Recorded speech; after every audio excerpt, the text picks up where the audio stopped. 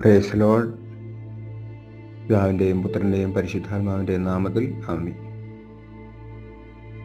നമ്മുടെ ദുഃഖാന തിരുനാൾ ആഘോഷിച്ചു. നമുക്കറിയാം, യേശു ക്രിസ്തുവിൻ്റെ ഉത്ഥാനത്തിന് ശേഷം ആദ്യം തന്നെ മറിയത്തിന് പ്രത്യക്ഷപ്പെടുന്നു, പിന്നെ ശിഷ്യന്മാർക്ക് പ്രത്യക്ഷപ്പെടുന്നു. ശിഷ്യന്മാർക്ക് പ്രത്യക്ഷപ്പെടുന്ന സമയത്ത് തോമാസ് ശ്ലീഹ അവരുടെ കൂടെ ഇല്ലായിരുന്നു എന്നാണ് നമ്മൾ വചനത്തിൽ വായിക്കുക.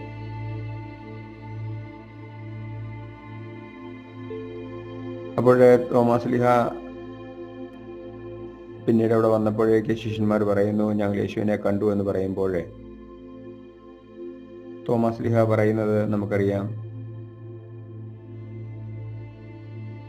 അവൻ പറഞ്ഞു, അവൻ്റെ കൈകളിൽ ആണികളുടെ പഴുതുകൾ ഞാൻ കാണുകയും അവയിൽ എൻ്റെ വിരലിടുകയും അവൻ്റെ പാർശ്വത്തിൽ എൻ്റെ കൈ വയ്ക്കുകയും ചെയ്തല്ലാതെ ഞാൻ വിശ്വസിക്കുകയില്ല.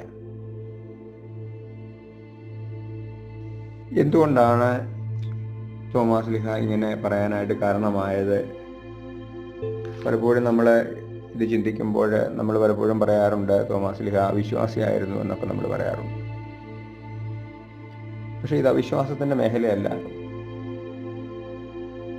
ഇത് അപ്പോസ്തല പ്രവർത്തനം 1-ാം അധ്യായത്തിൻ്റെ 21-ാമത്തെ വചനത്തിൽ അവിടെ യൂദാ ഇസ്കറിയോത്തായ്ക്ക് പകരം മറ്റൊരാളിനെ തിരഞ്ഞെടുക്കുമ്പോൾ അതിൻ്റെ യോഗ്യതയെക്കുറിച്ച് പറയുന്നത്, കർത്താവായ യേശുവിൻ്റെ പുനരുത്ഥാനത്തിന് ഒരാൾ ഞങ്ങളോടൊപ്പം സാക്ഷിയായിരിക്കണം. യോഹന്നാന്റെ സ്നാനം മുതൽ നമ്മിൽ നിന്ന് ഉന്നതത്തിലേക്ക് സംവഹിക്കപ്പെട്ട നാൾ വരെ യേശു നമ്മോടൊപ്പം സഞ്ചരിച്ചിരുന്ന കാലം മുഴുവനും നമ്മുടെ കൂടെ ഉണ്ടായിരുന്നവരിൽ ഒരുവനായിരിക്കണം അവൻ എന്നാണ് പറയുക. അപ്പോൾ ഇവിടെ പ്രധാനമായിട്ട് പറയുന്ന കാര്യം, യോഹന്നാന്റെ സ്നാനം മുതൽ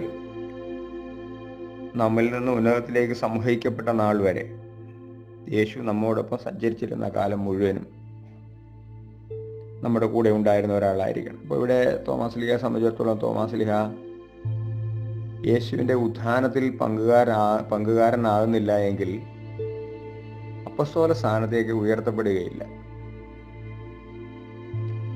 അപ്പോൾ അതുകൊണ്ടാണ് തോമാസ് ശ്ലീഹായ്ക്ക് ഹൃദയത്തിൽ വലിയ ഒരു ഭാരമുണ്ടായി. കാരണം യേശുവിൻ്റെ ഉത്ഥാനം ഞാൻ ഒഴിച്ചു ബാക്കി എല്ലാ അപ്പസ്തോലന്മാരും കണ്ടു.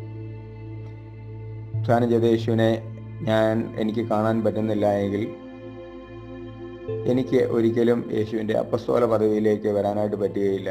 അപ്പസ്തോലനായെങ്കിൽ മാത്രമാണ് യഥാർത്ഥത്തിൽ ലോകമെങ്ങും പോയിട്ട് എല്ലാ സൃഷ്ടികളിലും സുവിശേഷം അറിയിക്കുവാനായിട്ട് യേശുവിൻ്റെ ആ വചനത്തിൻ്റെ ഉത്തരവാദിത്വവും ഭാരവും അദ്ദേഹത്തിൻ്റെ മേലുണ്ടാകുക. അപ്പോൾ ആ അവസ്ഥ എനിക്ക് ലഭിക്കുന്നില്ലല്ലോ എന്നുള്ളതിൻ്റെ ഒരു ഭാരമാണ് അദ്ദേഹം ഷടിക്കുന്നത്. ഞാൻ അവനെ കണ്ടിട്ടല്ലാതെ, അവൻ്റെ പാർശ്വത്തിൽ കൈകൾ വയ്ക്കാതെ ഞാൻ വിശ്വസിക്കുകയില്ല എന്ന് പറയുന്നു. അപ്പോൾ ഇവിടെ യേശു ആ സാക്ഷ്യത്തിന് സമ്മതം പറയുന്നതായിട്ട് നമ്മൾ കാണുകയാണ്. യേശു എന്ത് ചെയ്തു? വീണ്ടും തോമാസ് ശ്ലീഹ കൂടെ ഉണ്ടായിരുന്നപ്പോൾ അവരുടെ മുൻപിൽ ചെന്ന് അവരുടെ അടുത്ത് വന്ന് പറയുന്നുണ്ട്, നിങ്ങൾക്ക് സമാധാനം. തോമാസിനോട് പറയുന്നുണ്ട്, നിന്റെ വിരൽ ഇവിടെ കൊണ്ടുവരിക, എൻ്റെ കൈകൾ കാണുക, നിന്റെ കൈ നീട്ടി എൻ്റെ പാർശ്വത്തിൽ വയ്ക്കുക, അവിശ്വാസിയാകാതെ വിശ്വാസിയാകുക. അപ്പോഴാണ് തോമാസ് ശ്ലീഹ പറയുന്നത്, എൻ്റെ കർത്താവേ, എൻ്റെ ദൈവമേ. അപ്പോൾ ഇവിടെ എൻ്റെ കർത്താവേ, എൻ്റെ ദൈവമേ എന്ന് വിളിച്ചപ്പോൾ സ്വാഭാവികമായിട്ട് സാധാരണ മനുഷ്യരൊക്കെ ചിന്തിക്കുന്നത്,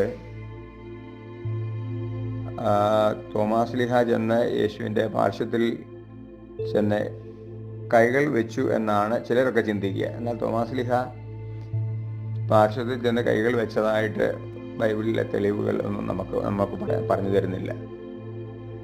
യേശുവിനെ കണ്ടപ്പോഴേക്ക് തന്നെ തോമാസ് ശ്ലീഹയ്ക്ക് യേശുവിനെ കാണുക മാത്രം ചെയ്താൽ മതി. കാരണം ഉത്ഥാനം ചെയ്ത യേശുവിനെ കണ്ടെങ്കിൽ മാത്രമേ യേശുവിൻ്റെ അപ്പസ്തോല പദവിയിലേക്ക് ഉയരുവാൻ സാധിക്കുകയുള്ളൂ.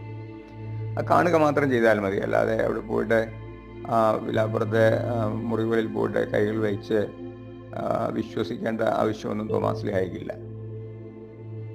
അപ്പോൾ യേശുവിനെ കാണാനുള്ള, ഉചിതനായ യേശുവിനെ കാണാനുള്ള ആഗ്രഹം, അത് കണ്ടു കഴിഞ്ഞപ്പോൾ നമുക്കറിയാം തോമാസ് ശ്ലീഹ ചെയ്തത് എന്താണ്. ഒന്ന് പറയുന്നത്, എൻ്റെ കർത്താവേ, എൻ്റെ ദൈവമേ. ഇതാണ് ഏറ്റവും പ്രധാനമായിട്ട് നമ്മൾ ചിന്തിക്കേണ്ടത്, യേശുവിനെ കർത്താവാക്കുക. നമുക്കറിയാം, യേശുവിൻ്റെ ശിഷ്യന്മാർക്കൊക്കെയും യേശുവിനെ ഗുരു എന്ന പദവിയിൽ മാത്രമേ കാണുവാനായിട്ട് കഴിഞ്ഞിരുന്നുള്ളൂ. പത്രോസ് ശ്ലീഹ മാത്രമാണ് ജീവിക്കുന്ന ദൈവത്തിൻ്റെ പുത്രനായ ക്രിസ്തു എന്ന് പറയുകയും തൊട്ടടുത്ത നിമിഷം തന്നെ യേശു ക്രിസ്തു തൻ്റെ പീഡാസഹനത്തെക്കുറിച്ചും ഒക്കെ പറയുമ്പോൾ നിനക്ക് ഒരിക്കലും സംഭവിക്കാതിരിക്കട്ടെ എന്ന് പറയുകയും ചെയ്യുന്ന പത്രോസ്ലിഹായെ നമുക്കറിയാം. എന്നാൽ പൂർണ്ണമായ ഒരു വിശ്വാസത്തിലേക്ക് വന്നിട്ട് യേശുവിനെ കർത്താവായിട്ട് അംഗീകരിച്ചത് തോമാസ്ലിഹ ആയിരുന്നു.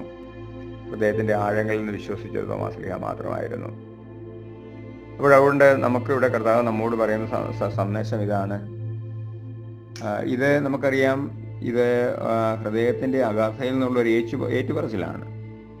അത് ബുദ്ധിയുടെ തലങ്ങളിലുള്ള ഒരു പറച്ചിലല്ല. അപ്പോൾ നമുക്കും ഇതുപോലെ യേശുവിനെ കർത്താവാക്കുക എന്ന് പറഞ്ഞാൽ യേശു എന്നോട് സംസാരിക്കുന്ന, അല്ലെങ്കിൽ യേശുവിൻ്റെ സ്വരം കേട്ട് മാത്രം മുൻപോട്ട് പോകുന്ന ഒരു അവസ്ഥയിലേക്ക് ഒരു വ്യക്തി ഉയരുക എന്നാണ് യഥാർത്ഥത്തിൽ യേശുവിനെ കർത്താവാക്കുക എന്ന് പറഞ്ഞാൽ. തോമാസ്ലിഹ യേശുവിനെ കർത്താവാക്കി. അതുകൊണ്ട് എന്ത് ചെയ്തു? ഒരു പരിചയവുമില്ലാത്ത നാട്ടിലേക്ക് വന്ന് യേശുക്രിസ്തുവിനെ പ്രഘോഷിക്കാനായിട്ട് അദ്ദേഹം കടന്നു വന്നു. നമുക്ക് യേശുവിനെ കർത്താവാക്കാനായിട്ട് കഴിഞ്ഞിട്ടുണ്ടോ? എല്ലായ്പ്പോഴും ഒരു ദിവസത്തിൻ്റെ 24 മണിക്കൂറിൽ ഉണ്ടെങ്കിൽ 24 മണിക്കൂറും യേശുവിൻ്റെ സ്വരം മാത്രം കേട്ട് മുന്നോട്ട് പോകുന്ന ഒരവസ്ഥയാണ് യഥാർത്ഥത്തിൽ യേശുവിനെ കർത്താവാക്കുക എന്ന് പറഞ്ഞാൽ. അത് നിസ്സാരമായ കാര്യമല്ല.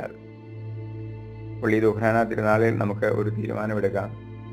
കർത്താവെ, യേശുവിനെ കർത്താവാക്കുന്ന ഒരവസ്ഥയിലേക്ക് ഞങ്ങൾ ഉയരുവാനായിട്ട് അങ്ങ് പറയുന്നത് മാത്രം, സാത്താൻ്റെ സ്വരം ശ്രവിച്ച് ഒരിക്കലും ജീവിതത്തിൽ മുന്നോട്ട് പോകാതിരിക്കുവാൻ, യേശുവിൻ്റെ സ്വരം മാത്രം ശ്രവിക്കുവാൻ ഉള്ളൊരു വലിയ കൃപ ഞങ്ങൾക്ക് തരണമെന്ന് നമുക്ക് ആഗ്രഹിക്കുകയും പ്രാർത്ഥിക്കുകയും ചെയ്യാം. ദൈവം നമ്മളെ ഓരോരുത്തരെയും സഹായിക്കട്ടെ. Praise the Lord.